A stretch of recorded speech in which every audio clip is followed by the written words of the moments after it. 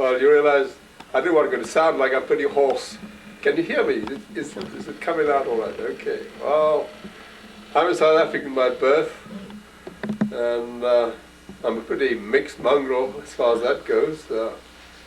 One of my grandfathers was a Swiss. Another grandmother was a Dutch. And the name Dry goes back to the so-called 1820 settlers, British stock. But I guess I can trace my family back many generations. And I was born in a little town in the village, small town in the Cape Province. And my father was a school teacher, doing of all things English. And I can't spell, so I don't know what's happened.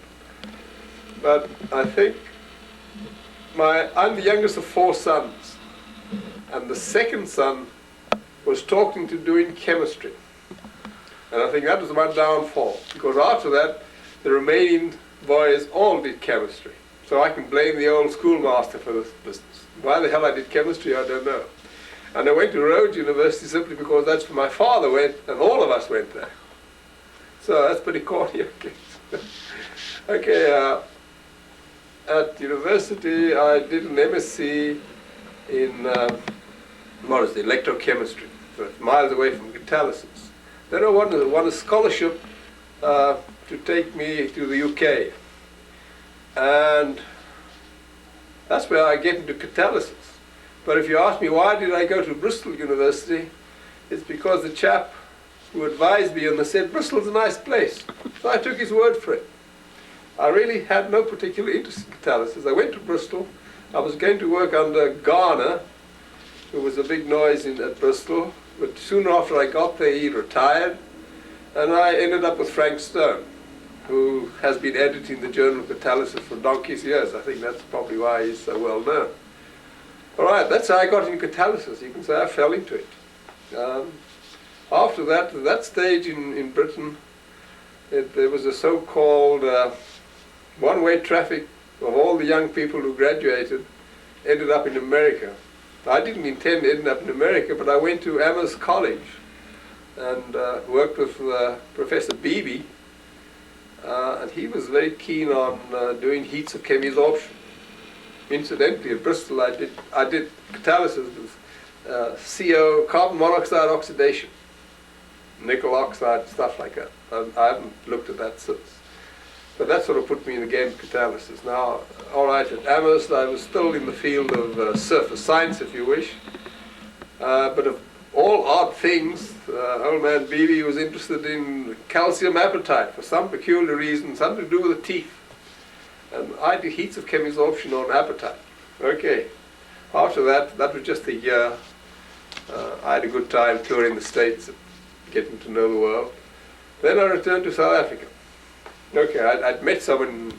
You don't know about my family life, do you? Or what? My wife is Welsh, I'd met her at Bristol. She was a dentist.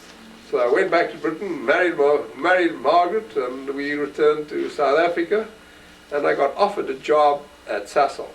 Now comes the complications. You know, Sasol, South Africa is a small country. You think of it there. At that stage of the game, about 3 million whites.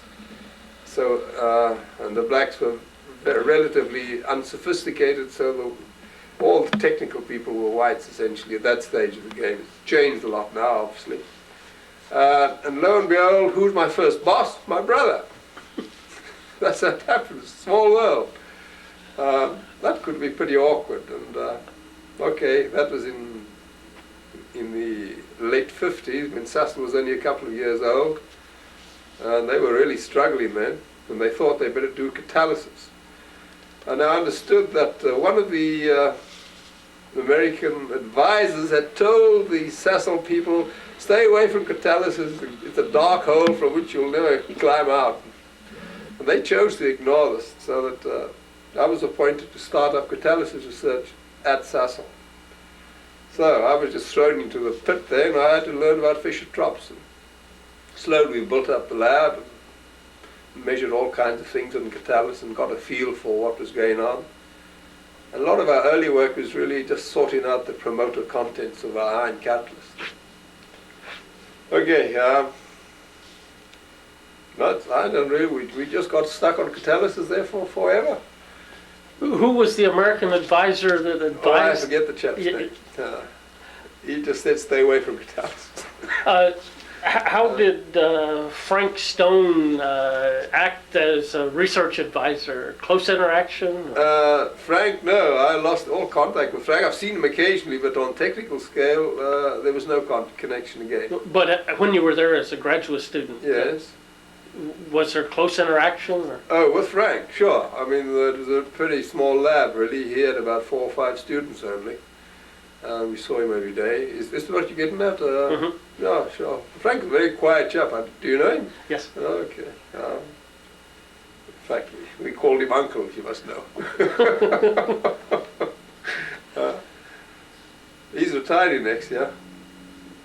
But with Frank, I've had, on the technical scale, very little connection since just... And Professor Beebe, how was he to work with? Oh, very nice old chap. I really enjoyed that year at Amherst. As I say, at that stage of the game, he was doing odd things. Well, I think he had a child that was a dentist. Sorry? I think one of his children became a dentist. So Dentist? yes, so he became interested. I knew one who was a doctor, Okay, maybe it was medical. Yes. That was the second eldest I seem to remember. I think the eldest of sons was a teacher, but I forget. But I definitely know the second son was a medical chap.